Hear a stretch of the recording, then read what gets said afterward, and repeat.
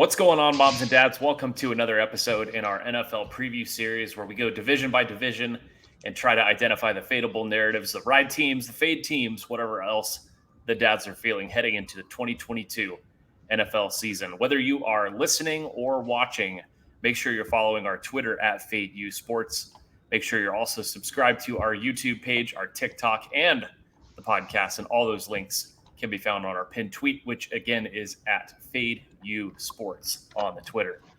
Today we are previewing the AFC West. This is the 8th and final of our division previews. So if you missed any of the other ones, those episodes can be found either on YouTube, on video form, or in podcast form if you go back and view all episodes. So last one, boys, the AFC West, we saved literally probably the best for last.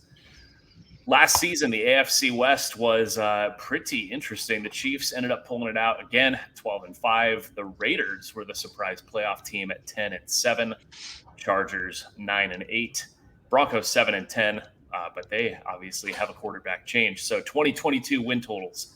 I think if you were to add up these four win totals, it might be one of the highest in NFL history. Chiefs 10.5, a little bit of overjuice, I believe. Chargers 10, Broncos 10. I've seen 10.5s on those at some places with various juice. So they're all kind of in the same range. And then you have the Raiders, who won 10 games last season at 8.5. Very interesting. I don't even know where to start because any of these teams could win this division for various reasons. Kmart, where would you like to start? We might as well start with the Chiefs. Sure. Yeah, so I don't know, it's tough. Like you guys have them at 12.5 wins for the win total. 10. I think it's 10.5. Yeah, it's actually. Oh, did that drop? I swear when I looked, I saw 12. I don't think it's been that high. I'm not sure how this has been bet over the summer though. But I mean, the noise has been. Maybe they're going to fall off a little bit. Like the rest of the division has gotten better. The Chiefs, because of being good for so long, are facing cap issues and had to let Tyreek Hill go. And Kelsey's a year older. And Mahomes was a low yards per attempt last year because of the way they were being defended. So yeah, I think people are looking for reasons to be down on the Chiefs, but I don't know if it's justified. So curious what you guys think.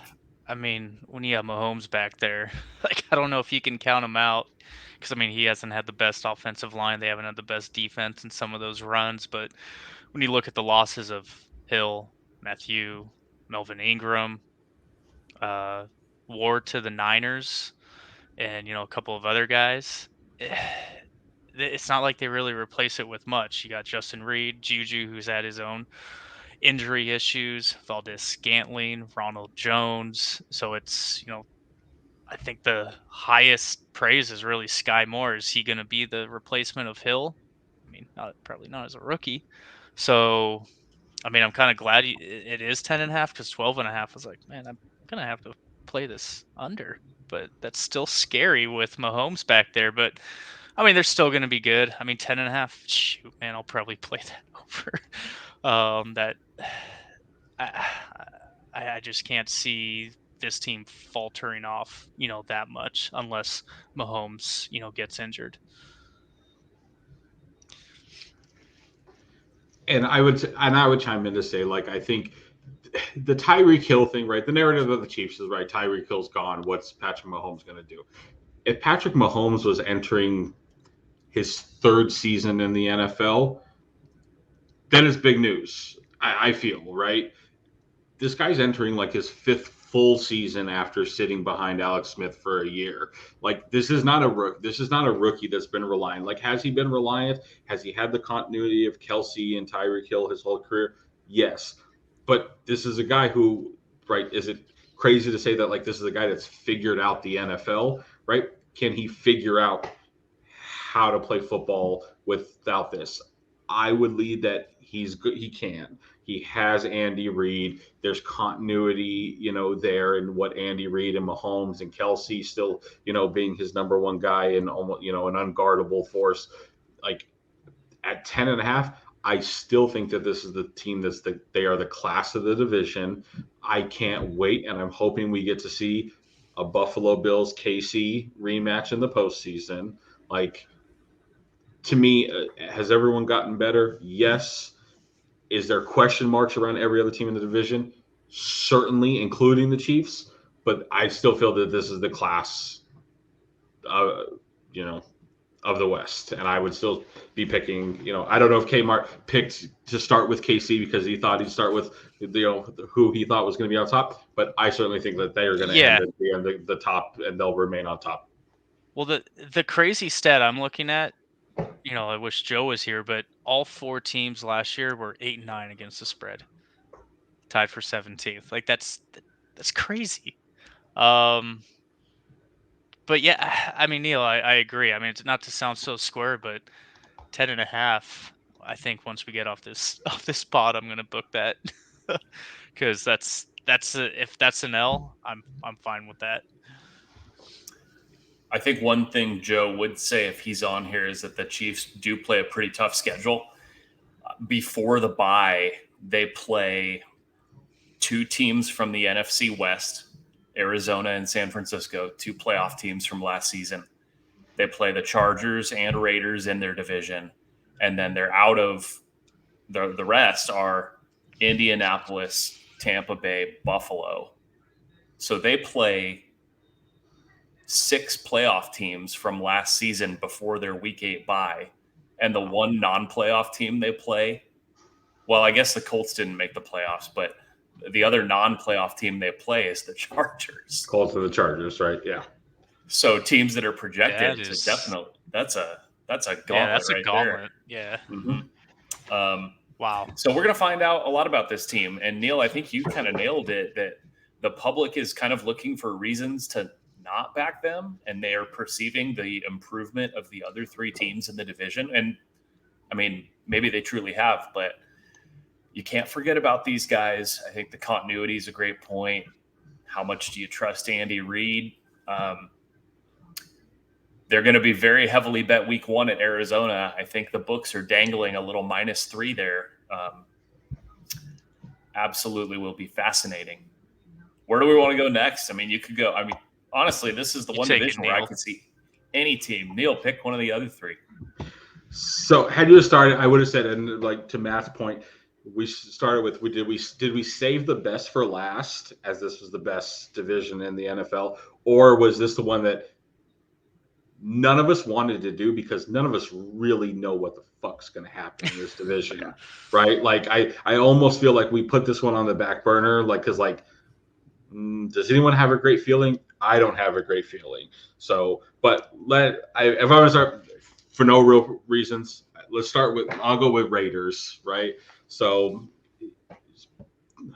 again, whole whirlwind. They make the playoffs. They were through like some of the craziest shit you can go through last season, right? Between Ruggs and Gruden and just like a complete dumpster fire. Last 2 seasons, really. You could say last 2 seasons. I mean, you could probably go back to last decade, right? Kmart, like that this team's been like a dumpster fire, being in Oakland and moving out and everything that's happened. But right, they have had just this steady being of Derek Carr. Like, I don't think people give Derek Carr enough credit as a human being and what he brings to an organization, just as being like a responsible adult within an organization like of children. They're right. He's like the Kmart of the pod, right? But they're at 8.5, right? It's juiced to the over, sure, but it's like I don't think that they're getting enough credit for, and I'm not talking about just bringing back Davante Adams, but you've brought in an adult coach, right? I think it's really funny you bring in like the Belichickian type coach to the most degenerate city, in the world, arguably. And what is he going to be able to do there?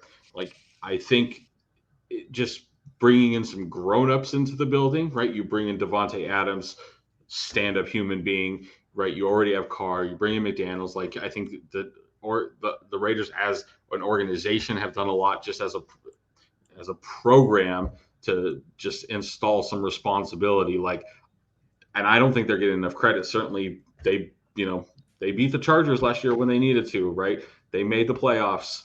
They're bringing back, to have Renfro and Adams and Waller as your pass catchers, that's phenomenal.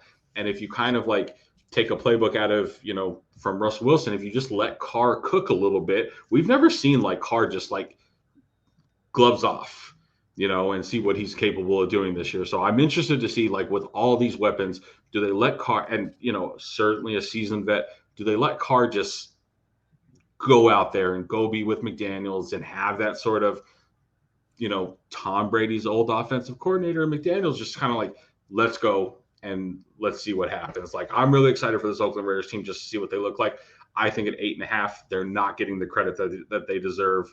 I get the conference that they play in, but I like the Raiders to go over, this year. I don't think they're getting respected enough. Yeah, I mean, you mentioned it. Their biggest offensive upgrade is obviously Javonte Adams. Defense, kind of expiring Chandler Jones, Rock Yassin, and Bilal Nichols. But I think the defensive coordinator, Patrick Graham, I think that's the side of the ball where, they're going to take a next step, offensively. Can Jacob stay healthy, run the ball, free up Devontae? I don't really think you need to free him up. He can catch anything in a 10-mile radius. But yeah, 8.5 based off 10 wins last season. I definitely feel they've improved. But it's just, it's a broken record. Everything comes down to injuries. Which one of these four teams is going to be able to withstand that? And, to me, the best, we've all heard the moniker, the best offense is a good defense, but the best defense is also a good offense. You can, similar to tonight's game, just get chunk plays, 5 yards here, 5 yards there, take what the defense gives you, long drives, let the defense rest. So they kind of go both hand in hand. So that's where I think this division is going to set up, and which team can really dink and dunk, play sound. And it's a toss up, but yeah, Raiders 8.5. If you're looking to truly just bet it, I might have to agree with you, Neil. 9 wins. Why not? With that, with Adams and Carr, why not? And don't forget, there is no that I would think that Josh McDaniels' dream wide receiver to go coach is Hunter Renfro. He's been coaching Hunter Renfro's. He's been making guys like Hunter Renfro Pro Bowlers between Welker and Edelman. Renfro is also underrated. And he's super underrated. You're right. He's super underrated. I don't even respect the guy, and I look at his numbers, and it's like, okay, I see you. Yeah, so I just think all the three of these guys in that system with McDaniels, it's scary. I'm going to play devil's advocate a little bit because you have to. You have to. You're the host. One thing you guys didn't talk about, Neil, you talked about all the shit that they went through last year. The flip side of that is they actually caught a ton of breaks. I think that team won 4 overtime games. I think they got one of those was in Cleveland where Nick Mullins had to start because of a COVID issue or something like that. So I know they had a lot of 1-score overtime games bounce their way. So yeah, even though they did win 10 games, there are probably a couple bounces from being 7-10 and not making the playoffs at all. And it's no secret the Raiders have whiffed on a ton of first-round picks under the old group that's no longer there. And while maybe the top of the roster improved with Javonte and maybe the coaching has improved, at some point the bill comes due. And if you're not replenishing your team with quality draft picks, your depth is going to get tested. Like Kyle, you mentioned Chandler Jones on the defense. I'm hearing a lot of people say the secondary is going to be just atrocious and they're going to just be hemorrhaging points. So maybe this is an over team in terms of totals. Maybe the offense is humming, but the defense can't stop anybody, especially these division games. Curious. I don't know if the books are going to be able to set the total high enough when it's Chiefs, Raiders, Chargers, Raiders. We shall see. So there's definitely a whole bunch of ways you can look at this Raiders team. Is okay, do some of those bounces not go their way and they regress and somebody has to finish last place?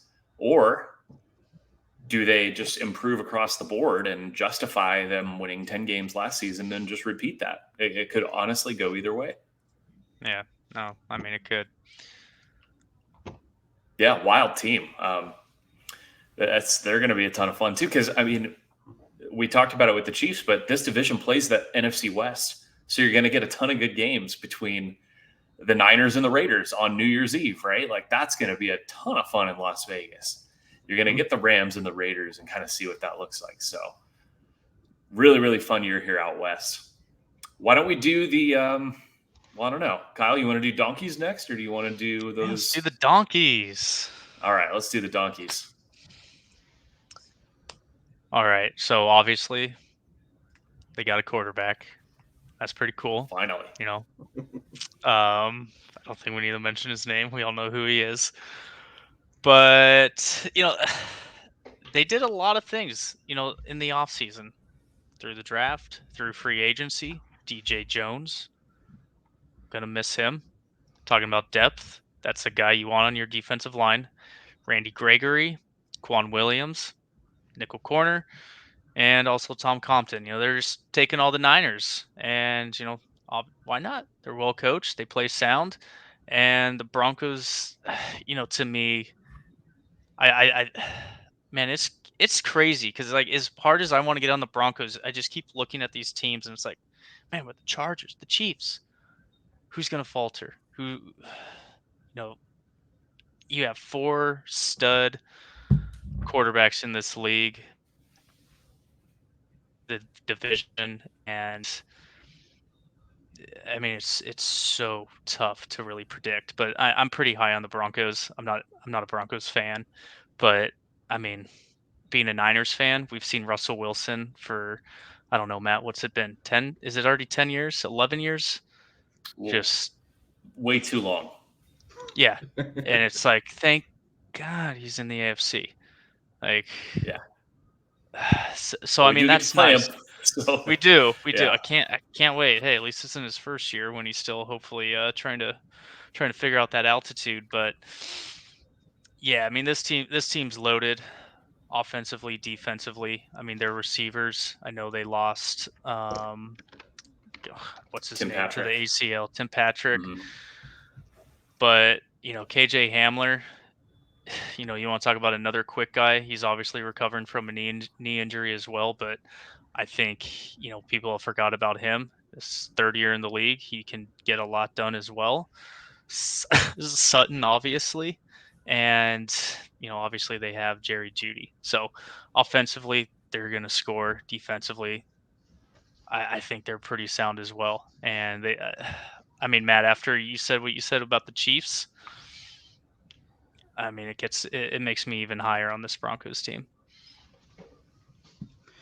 And Kyle mentioned it, and I think to me the big question mark is, right, we think that the Denver Broncos have 3 stud wide receivers, right? Because we've sort of just been told that they have 3. We don't really know because they've never worked with a quarterback like Russell Wilson. To me, that's the biggest question mark around this team is we think that Hamler and Jeudy and Sutton, yes, Patrick sucks that he went down. We think that those guys are all solid and above average wide receivers, but I don't think anyone thinks that necessarily, or at least they haven't shown, like, are they a Metcalf? Are they a Lockett? Are they some of the pass catchers that Wilson's used to throwing to? So to me, that's the biggest question is, are these guys legit real NFL wide receivers? Because if they are, then this is a very scary team, you know, with having, again, you've got a Melvin Gordon in the background. You've got Javante Williams, which is, you know, being touted as like. How did I forget to mention him? Yeah, he's being touted as like the next coming of running backs. And I mean, I don't know what we really. Jonathan Taylor. Right, that's the thing. I don't know. He's being projected as it is, but we haven't seen, to me, anything that really suggests that he's going to be. But it, again, completely different dynamic when you exchange Teddy Bridgewater for a Russell Wilson, of just what that offense can be. So to me, it's not Russell Wilson. It's all the pieces. And then again, who knows what this coaching staff is going to be able to do with them, right? The biggest question mark, right, within the division at least, they certainly, I think, have the biggest question mark as far as coaching is it's a brand new coaching staff that's never done anything in a head coaching role. Can everything get and meld and gel together? Again, better situation because, again, you were talking about, like, you know, as far as experience in the NFL, Russell has more than just about anybody, almost in the whole league, you know, of anyone not named Rodgers and Brady. But can he meld everything together? And what do these offensive pieces look like when you have a very competent quarterback? To me, is the biggest question of that team because that's been unanswered so far.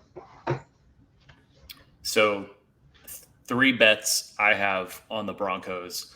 I did bet them to win the Super Bowl when I thought they were going to get Rodgers. So got them at 20-1, and then they had to settle for Russell Wilson, which still works. And are they going to win the Super Bowl? Probably not. But if all of Are they going to play the Niners?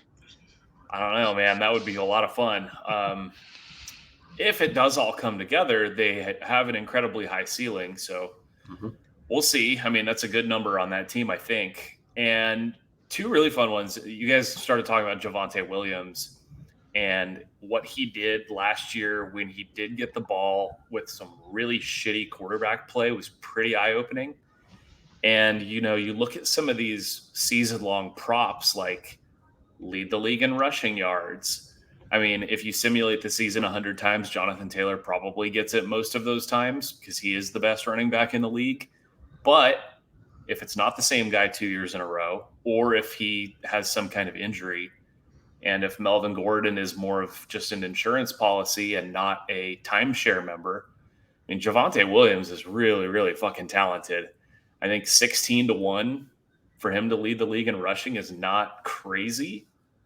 And if you really want to get silly and you really project him to break out, you could go Javonte Williams, Offensive Player of the Year, at 55-1. I like the kid.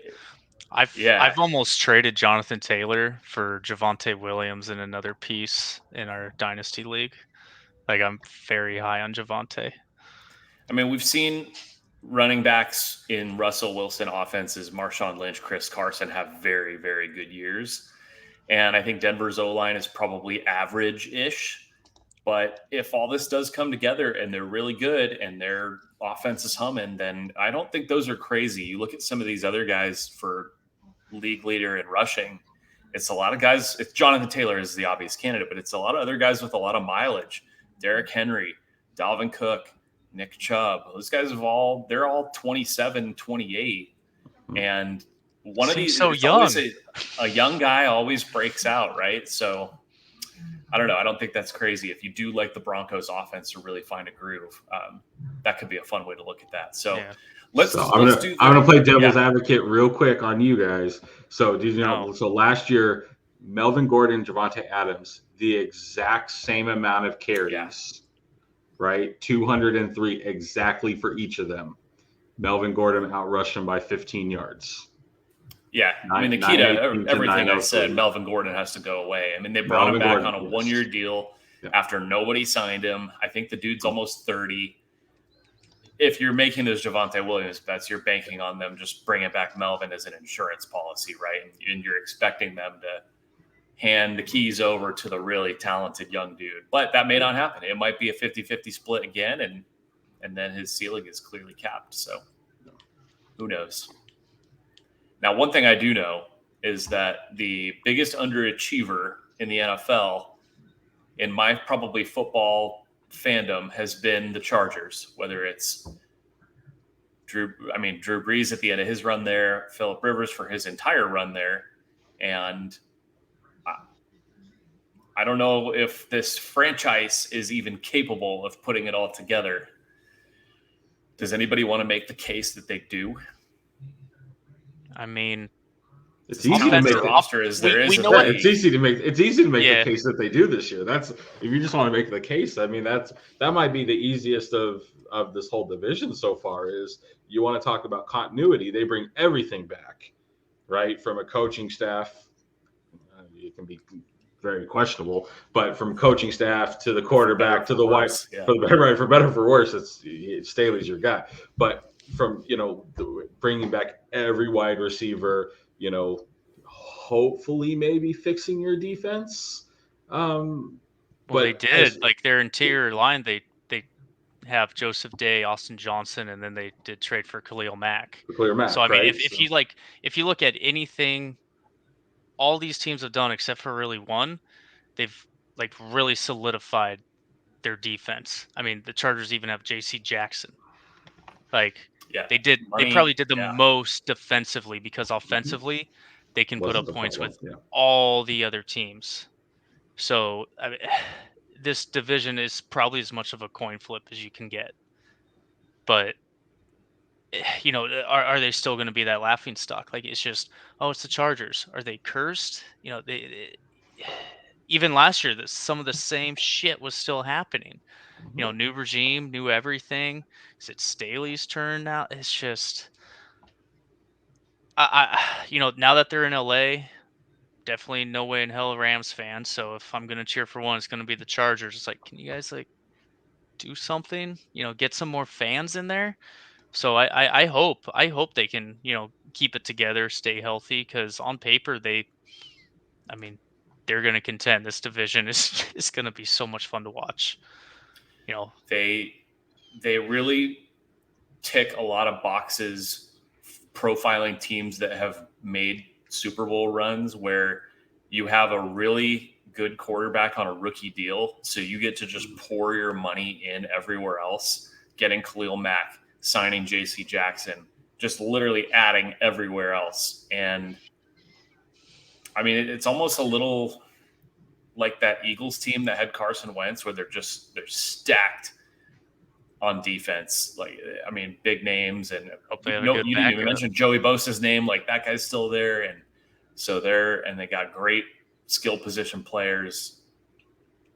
It's just doesn't all come together.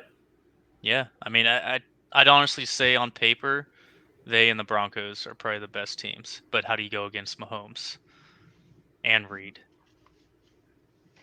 And then, the Raiders are still there. And this division, it's just wacky. I mean, you could probably, it's just weird. Like, do you play the under on all four or the over on all four? Or do you just flip a coin and take the over on two of them? It's going to be fun. Like, it's going to be chaotic. Yeah. We should probably avoid it in the contest. And I think it's, to Kyle's point, contest, yes. I think after a few games, we will learn a lot about this team. Like Kyle said, on paper, the two best teams, I would tend to agree, are going to be the Chargers and the Broncos on paper. But they are the two that have the biggest coaching question marks within the division, right? I know McDaniels is new to the Raiders, but I still trust him more than I do Staley at this point. I think it'll be really interesting to see, does Staley review some of his tactics from last year and said, okay, it's the first half, like we can settle for 3 points sometimes. It's okay. We can give up the ball in the first half. We don't have to, be so reckless. Or does he continue, his trend of what he had last year, being, sort of the anti-establishment of NFL coaching, right? I think Kyle's point is very well taken. It's like the two teams on paper, if coaching wasn't an issue, the two teams you trust the most are the Chargers and the Broncos. But coaching, we all know in NFL coaching plays a big part of it. And the two coaching staffs I trust most in this division are the Chiefs and the Raiders, who on paper, they're not far behind the other two, I would say. But that's why it does. And I think this leads itself to be a more like week 7, make your pick, to who's going to win the division based off of what you've seen so far and who's kind of, coming together. Like, do players win games or do schemes? Like, a player can obviously go absolute Mamba mentality and win a game for you, but it's usually going to be schemes. And like that, to my point an hour ago, that's why the Chiefs have been so successful, because they can scheme it up.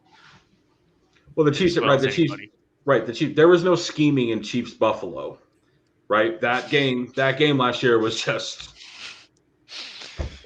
go. right? That game wasn't a scheme game.